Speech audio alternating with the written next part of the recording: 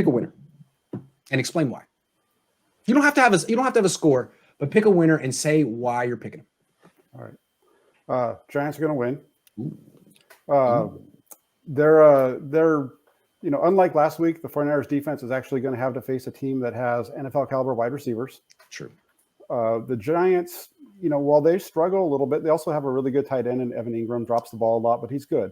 True. The Giants play with a lot of energy. They play hard. That's not what we saw last week. The Niners right now, when I look at them, I see 2018 all over the place with this team. The wide receivers aren't any better than that group that Mullins and team played with in 2018. Running backs aren't any better. The corners certainly aren't any better. So, I see this being a game that's going to be close. Mullins didn't win on the road in 2018. Didn't play extremely well. So I would say the Giants are going to win. That's what I picked in our group pick 'em. I think it's going to be a close game. I think, we're looking at something around, 17-16, somewhere in that ballpark. Hey, well, that's a fair answer, and you defended it well. Maverick. I think the 49ers are going to win. The Bears were able to beat the Giants last week, and I talked about Trubisky earlier. I think the 49ers are still better than the Bears in most parts of the game. Khalil Mack is obviously better than all the 49er current edge rushers, but I still think the 49ers have competitive defense like the Bears did, and they have a better offense, and I think they should be able to beat the Giants by at least one score.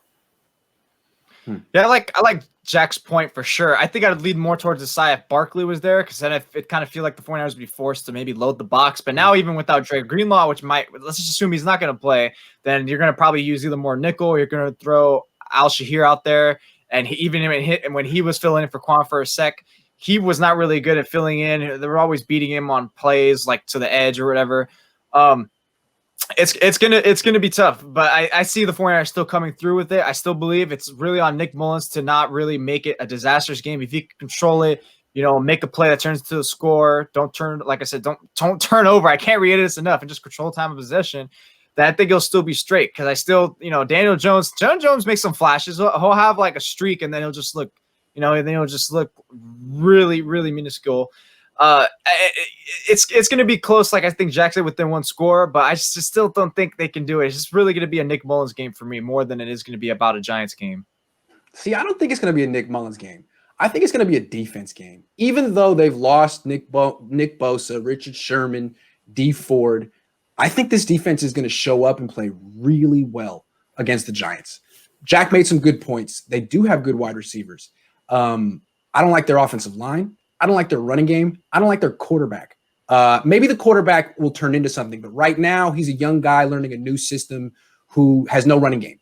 So I think the Niners can make the Giants one-dimensional, and I think they can rush. I think they can put pressure on them even without their edge rushers. I thought Kerry Hyder was terrific. I thought Kevin Givens was terrific. Javon Kinlaw's good in bursts. So was DJ Jones. Eric Armstead was fantastic against the Jets. And what's interesting about the way he played, he was mostly playing D-end. Even on pass rush downs, I thought he had a lot of good reps out there.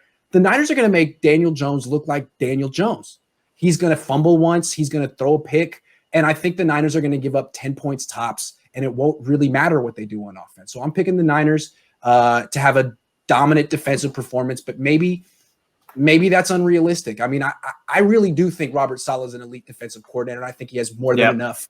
I mean, Jack compared him to 2018. That's fair. But Jimmy Ward's still healthy. Jaquiski Tartt's still healthy. Dre Greenlaw's not healthy. Fred Warner's better. Quan Alexander's on the team. I don't think much of Quan. But still, I think Saleh has a lot to work with here, and he's quite good. He's going to have to be more creative with his blitzes, but he has this blitz that he does every week, and I just love. What he'll do is he'll put three guys on one side, Armstead, Kinlaw, and Hyder. And then what he'll do is he knows if he puts three guys on one side, the center slides to that side, and then he'll blitz off the other side, and he'll get these 3-on-2s consistently. That, to me, is the signature of Robert Saleh, the best thing he does, and we're going to see more of that. I think the Niners are going to suffocate this offense. And you guys don't get to argue with me. I'm right. You're wrong. So, okay, last question. What's up, Jack? Just a little bit on that. Let's do it. Last week against the Jets, they should have given up. I know they gave up 13. The last one, let's throw the last one out. Let's say that's a garbage touchdown. They would have given up 9 points to the Jets if the Jets had a head coach that knew what he was doing. They would have kicked a field goal. So when you're looking now at Darius Slayton, young receiver, he's good. Golden Tate, he's had success against the Niners in the past. Not a lot, but he's a good receiver. I just have a feeling that you're going to see them put up in the neighborhood of 17 points this week. I wouldn't really argue with Jack. Jack's much better at projecting game outcomes than me, but he makes a great point. I just really don't think much of Daniel Jones or Jason Garrett for that matter.